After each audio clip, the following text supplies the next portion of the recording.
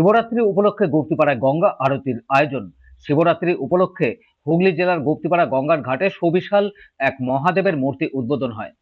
উদ্বোধনের পাশাপাশি এদিন গঙ্গার ঘাটে এক গঙ্গা আরতির আয়োজন করা হয়, যা দেখতে গুপ্তিপাড়া নয়, শান্তিপুর থেকেও বহু মানুষ আসেন এই আরতি দেখতে।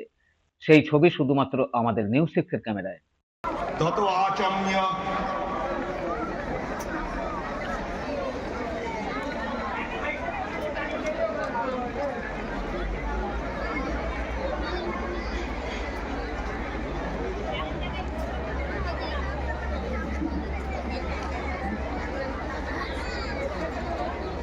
ওম তদ্বিষ্ণু পরমং পদং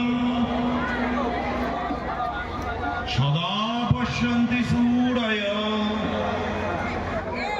দিবিব চক্ষুরাততম।